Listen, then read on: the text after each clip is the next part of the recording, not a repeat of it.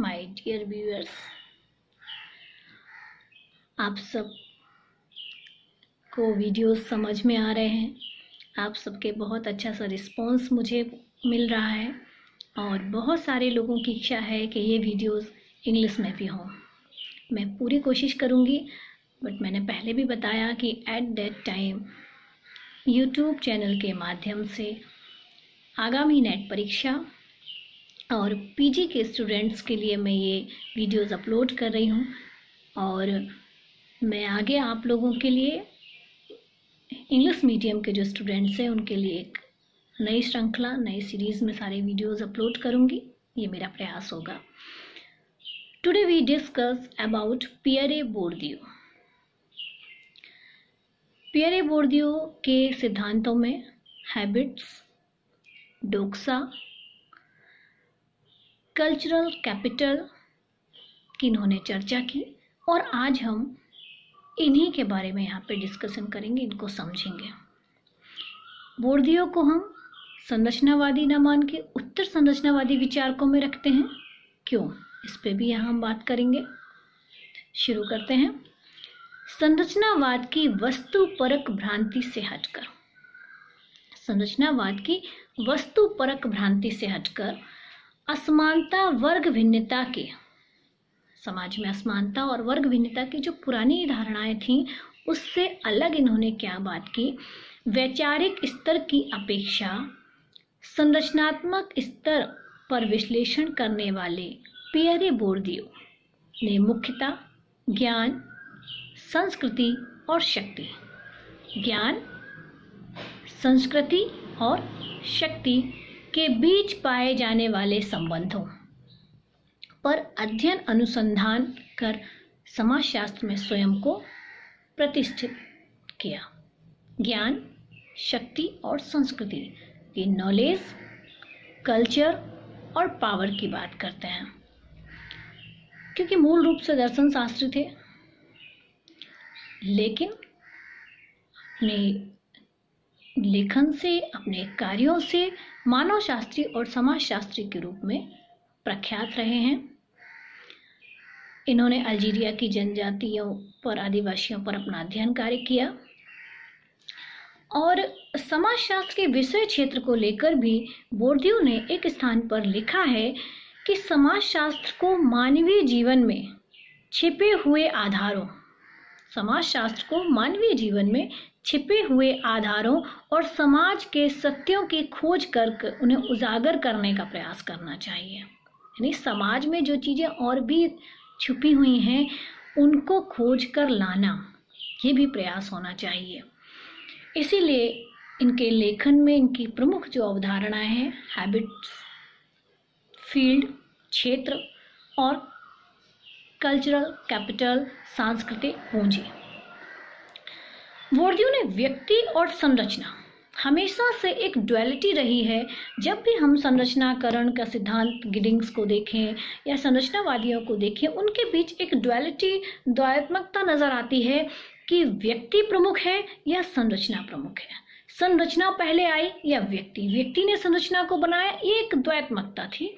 अपने इस सिद्धांत में जहां बोर्दियू कर्ता, एजेंट की बात करते हैं, जिन माध्यमों से कर्ता संरचना में क्रियाएं करता है, एजेंसी की बात करते हैं, और इस ड्युअलिटी को, जो एक द्वैत्मकता है व्यक्ति और संरचना के बीच, इसके बीच एक मध्यम मार्ग को अपनाते हुए व्यवहार और अभ्यास के माध्यम से, जो इनके सिद्धांत जो प्रमुख है उसे हम कहते हैं प्रैक्टिस एंड हैबिचुएशन, व्यवहार और अभ्यास के अपने सिद्धांत का प्रतिपादन करते हैं और इसी आधार पर चेतन और अचेतन, कॉन्शियस और अनकॉन्शियस की जो ड्युअलिटी है उसको खत्म करते हुए उनकी कॉन्टिन्यूम थ्योरी की बात करते हैं, सातत्य या निरंतरता की बात करते हैं। क्योंकि जब समाज में एक्शंस करते हैं, सामाजिक संरचना में जब क्रियाएं करते हैं, तो बहुत सारी क्रियाएं अपने सिद्धांत में बोर्दियू बताएंगे कि अभ्यासिक होती हैं, प्रैक्टिस के माध्यम से होती हैं। कभी कभी अनकॉन्शियस रूप में बहुत सारी चीजें व्यक्ति करता है, कॉन्शियस और अनकॉन्शियस की बात करते हैं। बोर्दियो ने अपने प्रमुख लेख N outline of the theory of practice 1972 में किया थी। N outline of the theory of practice में हैबिट्स की अवधारणा यानी हैबिट्स का जो कंसेप्ट दिया, हैबिट्स क्या है, अभ्यासिक व्यवहार। हैबिट को हम आदतन भी कह सकते हैं, आदतन व्यवहार। उन्होंने लिखा कि हमारी अधिकांश चेतना अभ्यासिक अर्थात प्रैक्टिस या आदतन होती है। अब हमारी अधिकांश चेतना, जो कुछ भी हम कॉन्शियस माइंड में भी कर रहे हैं, वो सब कैसे आया, अभ्यास के दौरान आदतन आया, हैबिट्स के माध्यम से हमारे होता है, जिसकी जड़ें सामाजिकरण में द प्रोसेस ऑफ सोशलाइजेशन। आप लोग समाजशास्त्र के स्टूडेंट हैं, समझते हैं सोशलाइजेशन के माध्यम से, सामाजिकरण के माध्यम से हम अपने दैनिक जीवन में बहुत सारी चीज़ों को, मानव शिशु जब जन्म लेता है तो जन्म से लेकर जीवन पर्यंत socialisation is the process, whole life चलने वाली प्रोसेस है। हर समय हम कुछ ना कुछ सीख रहे हैं। और सोसाइटी में जब हम स्ट्रक्चर की बात करते हैं तो परिवार, शिक्षण संस्थाएं और आपके जितनी भी समिति, संस्थाएं, समुदाय, जहाँ जहाँ से हम संपर्क अपना साधते हैं, वो सब हमारे सोशलाइजेशन के इंस्टीट्यूशंस हैं। सोशलाइजेशन के द्वारा ये जो अभ्यासिक या जो आदतन व्यवहार है, बोर्दियो कहते हैं, जिसकी जड़ें समाजीकरण और हमारी प्रारंभिक सीख की प्रक्रिया में होती हैं। वस्तुपरक सामाजिक संरचनाएं। सामाजिक संरचनाएं कैसी? वस्तुपरक। अभ्यस्त व्यवहार, जिसे हम हैबिट्स कहते हैं, अभ्यस्त हो गए हम, आदतन से वो व्यवहार वैसा करते चले आ रहे हैं, को जन्म देती हैं। वस्तुपरक संरचनाएं हमारे अभ्यासिक व्यवहार को भी जन्म देती हैं। उदाहरण के लिए, लंबे समय तक हम जिन वस्तुओं का उपयोग जिस रूप में करते हैं, अनकॉन्शियस माइंड में भी कई बार हम वैसी ही चीज़ों को करते हैं।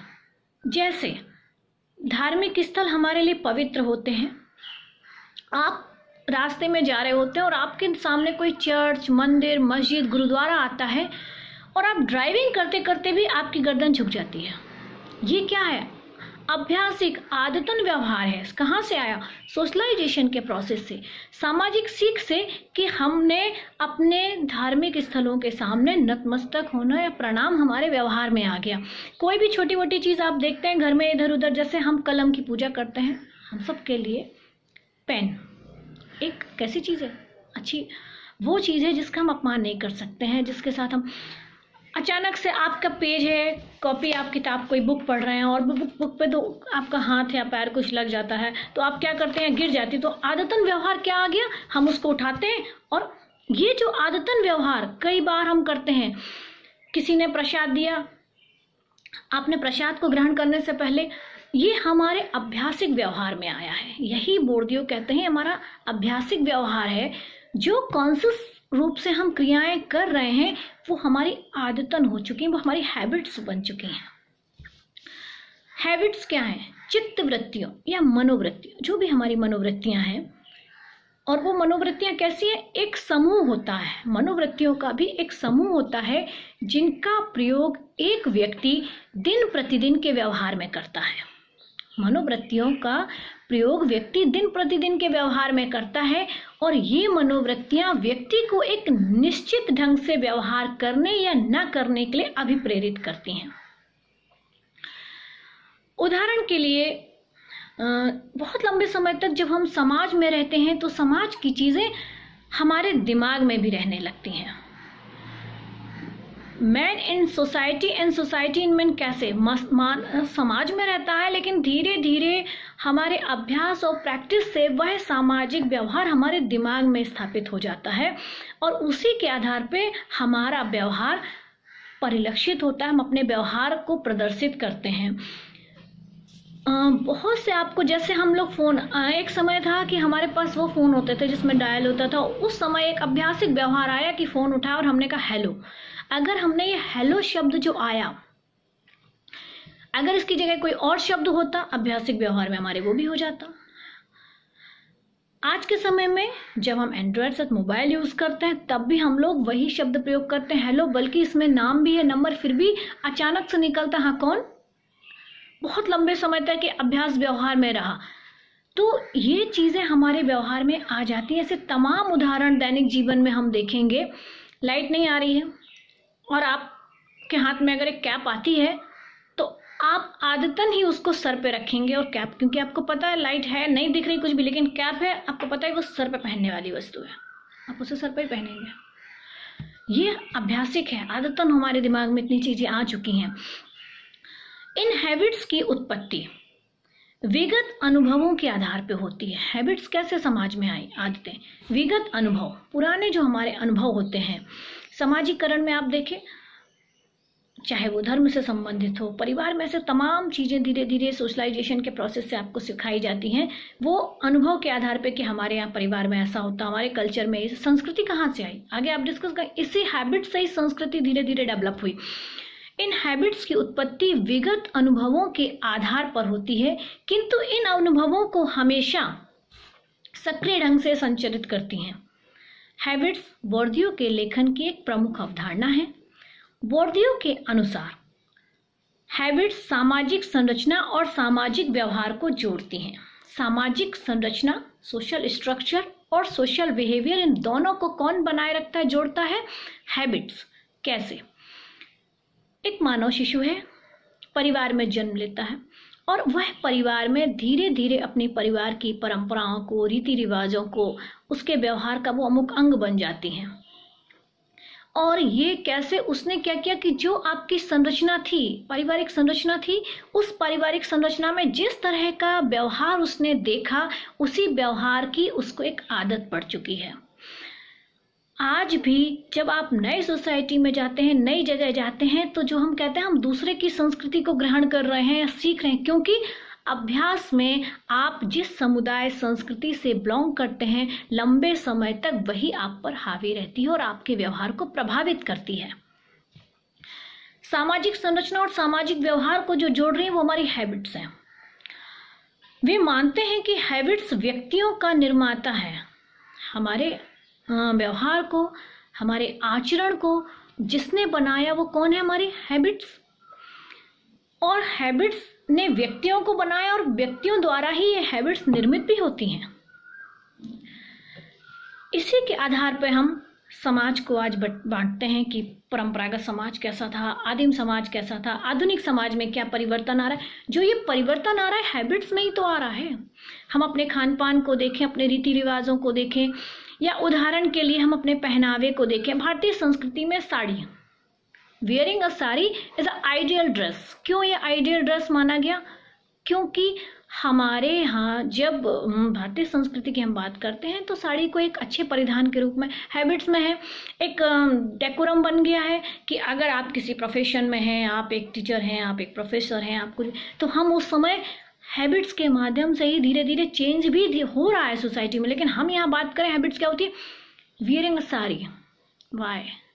ये आपके कहीं ना कहीं मनोवृत्तियों, चित्तवृत्तियों का एक समूह है जो मानता है कि समाज में एक आदर्श रूप में ये ड्रेस है। ये हैबिट्स में आ गया। और परंपरागत भारत में या परंपरागत परिवारों में आप देखें साड़ी पहनी जाती है, संस्कृति का निर्माण हो गया। और धीरे धीरे जब आप उप संस्कृतियों को देखें, उनकी दूसरी हैबिट्स थी, उन्होंने दूसरे परिधानों का जिक्र किया और दूसरे परिधानों को महत्वता दी। तो खान पान, व्यवहार, ये सब सोशलाइजेशन के माध्यम से होता है। यहाँ तक कि हमारे पढ़ने, हमारे व्यक्तित्व पे भी इन्हीं हैबिट्स का प्रभाव होता है।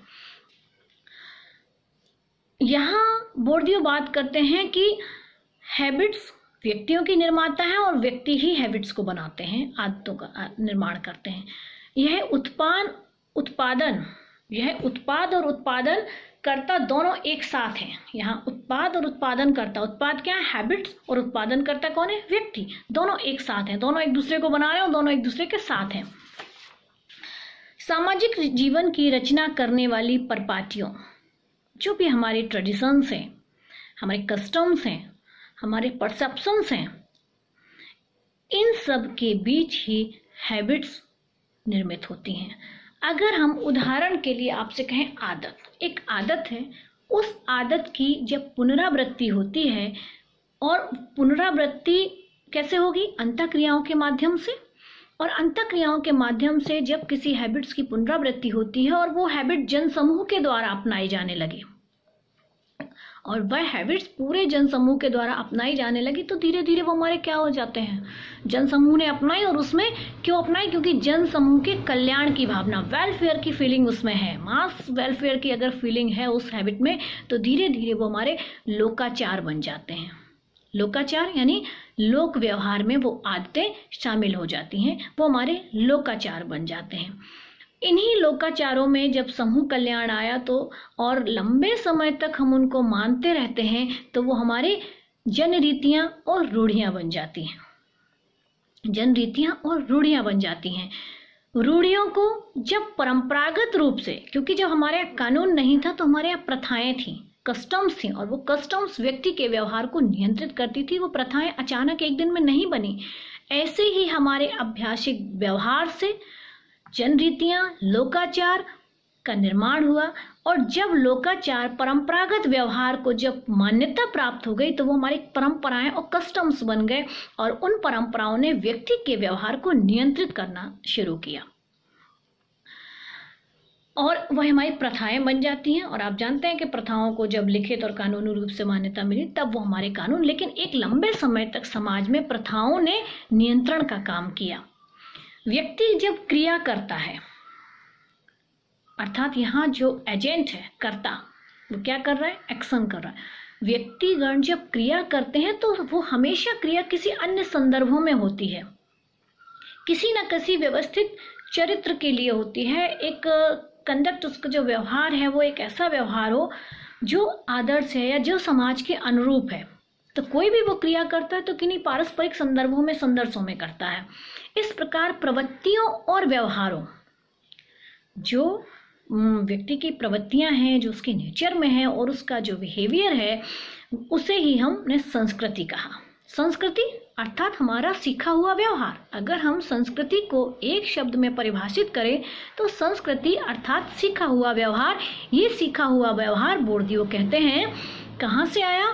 हमारी हैबिट्स से आया। हैबिट्स सोशलाइजेशन के प्रोसेस के द्वारा जिस समूह समाज में व्यक्ति रहता है, उन मनोवृत्तियों को उन्होंने हैबिट्स कहा, और ये धीरे धीरे हमारी संस्कृति बन गई। फिर चाहे वो संस्कृति हमारी खान पान से संबंधित हो, पहनावे से संबंधित हो, विचारों से संबंधित हो।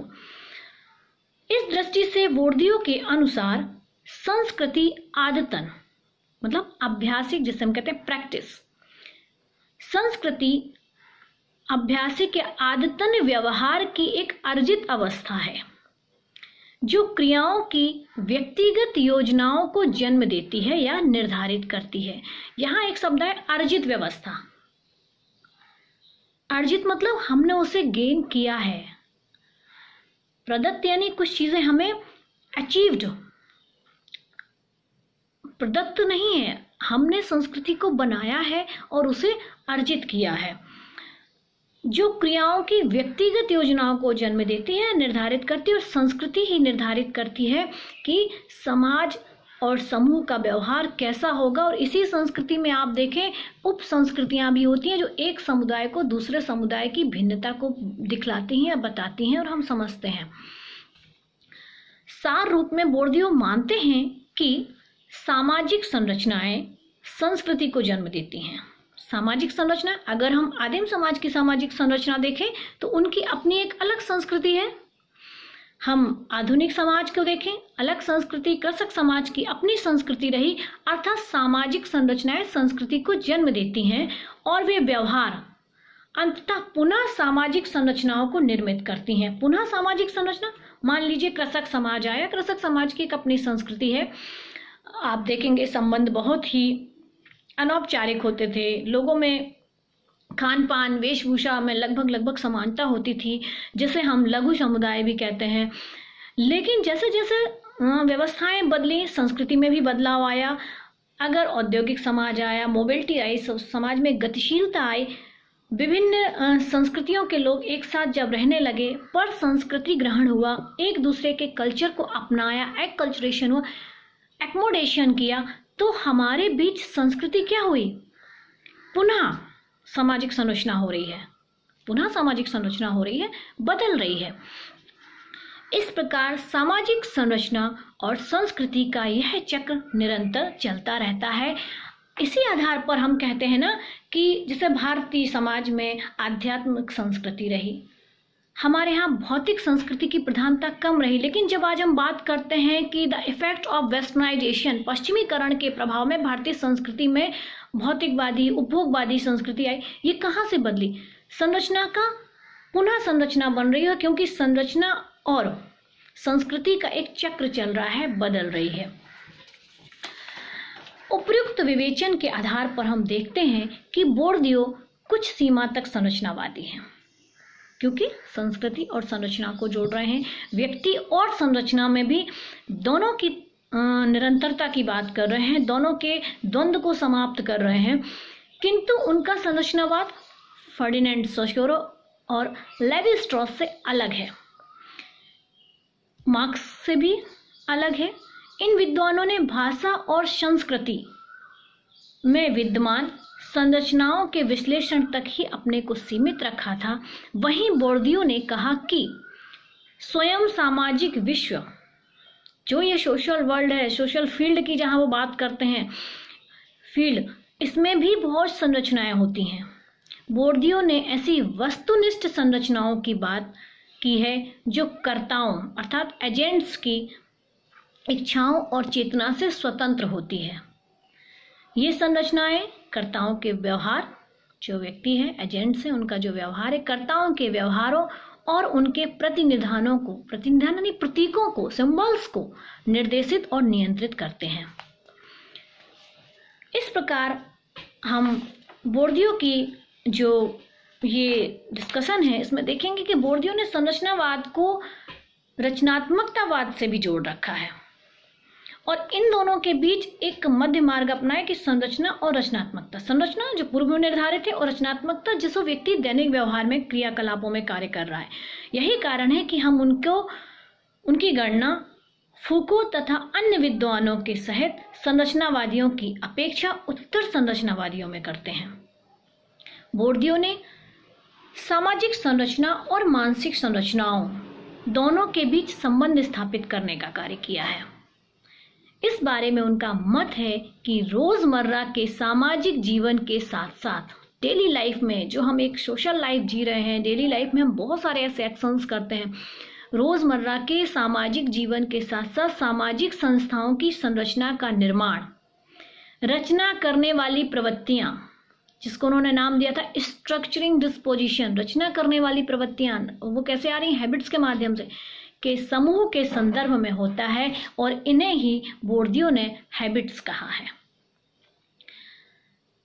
कि समाज में अर्थात समाज में जो सामाजिक संरचना है उसके साथ साथ व्यक्ति जो डेली लाइफ में क्रियाएं करते हैं, एक दूसरे के संदर्भों में जो क्रियाएं होती हैं वो रचना करने वाली प्रवृत्तियां, स्ट्रक्चरिंग डिस्पोजिशन, और इन्हें बोर्डियो ने कहा ये कैसे आती हैं? हैबिट्स के माध्यम से आती हैं।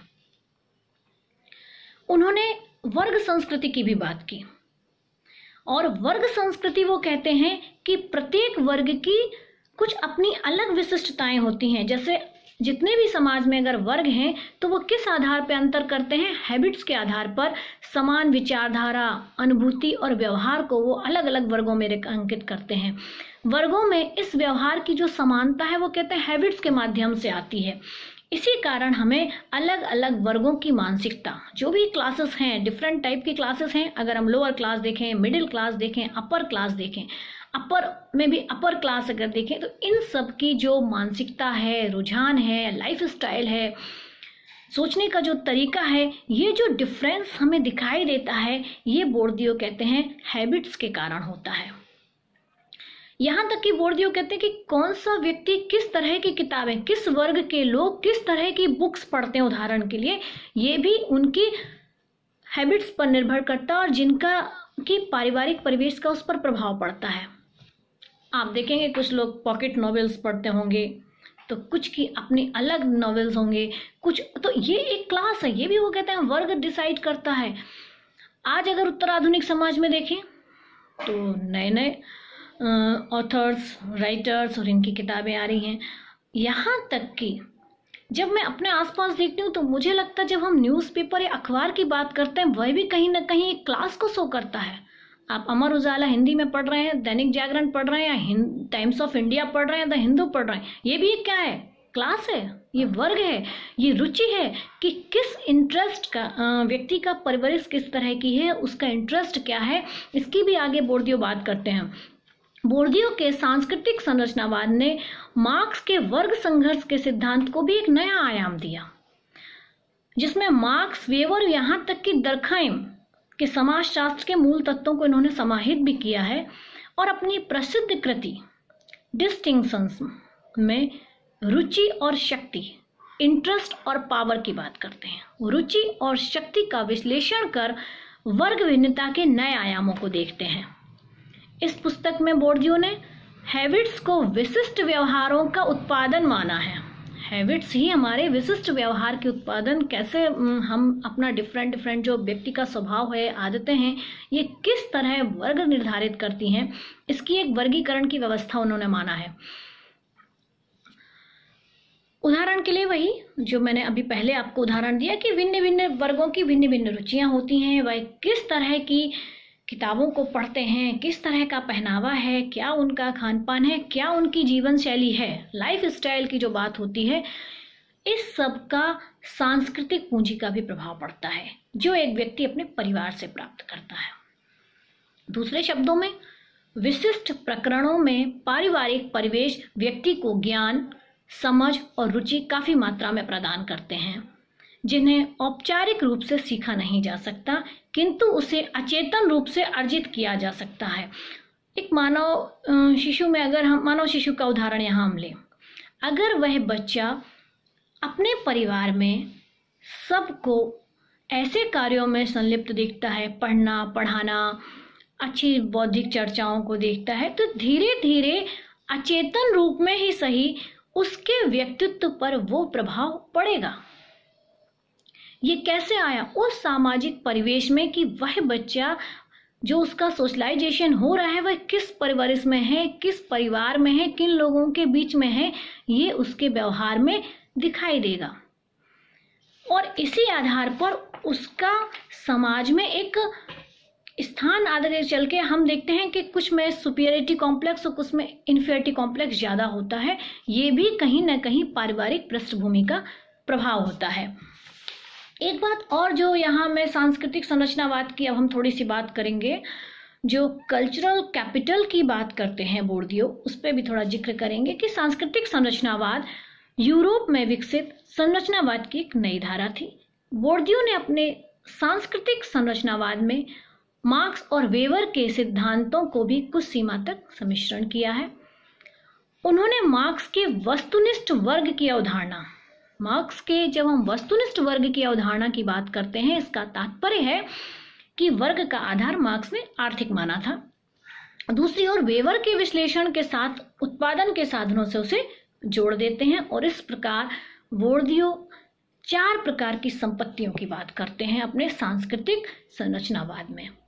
आर्थिक संपत्ति, जिसे हम कहते हैं इकोनॉमिक कैपिटल, सामाजिक संपत्ति सोशल कैपिटल, सांस्कृतिक संपत्ति कल्चरल कैपिटल और है प्रतीकात्मक संपत्ति, जिसे हम कहते हैं सिंबॉलिक कैपिटल। आर्थिक संपत्ति हम सब जानते हैं, आर्थिक संपत्ति के अंतर्गत पूंजी का वह स्वरूप जो किसी भी उत्पादन में कार्यों में लगता है, धन संपदा, ये आपकी आर्थिक संपत्ति है। सामाजिक संपत्ति भी वर्ग निर्धारण करती है। सामाजिक संपत्ति का तात्पर्य होता है वे परिस्थितियां या समूह, विभिन्न समूहों के साथ हमारा संपर्क। अब विभिन्न समूहों के साथ हमारा संपर्क भी एक संपत्ति है। आपके आसपास, आपके इर्द गिर्द आपका जो सर्कल है, जिन लोगों से आपका उठना बैठना है, वो भी आपके व्यक्तित्व का निर्धारण करते हैं। आप किन लोगों के साथ, क्यों ये कहावत भी है ना कि हर व्यक्ति चाहता है कि वह अपने नाम को बताता, मैं उनके साथ जुड़ा हूँ, मैं इनके साथ, ये पॉलिटिकल अप्रोच के व्यक्ति हों, चाहे फिर वो सोशली इकोनॉमिकली एक स्टैंडर्ड को मेंटेन करते हैं या बौद्धिक क्षेत्र में बहुत आगे होते हैं, व्यक्ति इनसे अपने सामाजिक संबंधों को, वो सामाजिक संबंध भी क्या है, एक सामाजिक संपत्ति है। ठीक है। तीसरा आता है सांस्कृतिक संपत्ति। सांस्कृतिक संपत्ति में हमारे विचार, विश्वास, हम आज कहते हैं कि भारत विश्व गुरु था और फिर से विश्व गुरु बनने के लिए है। किस आधार पर कहते हैं?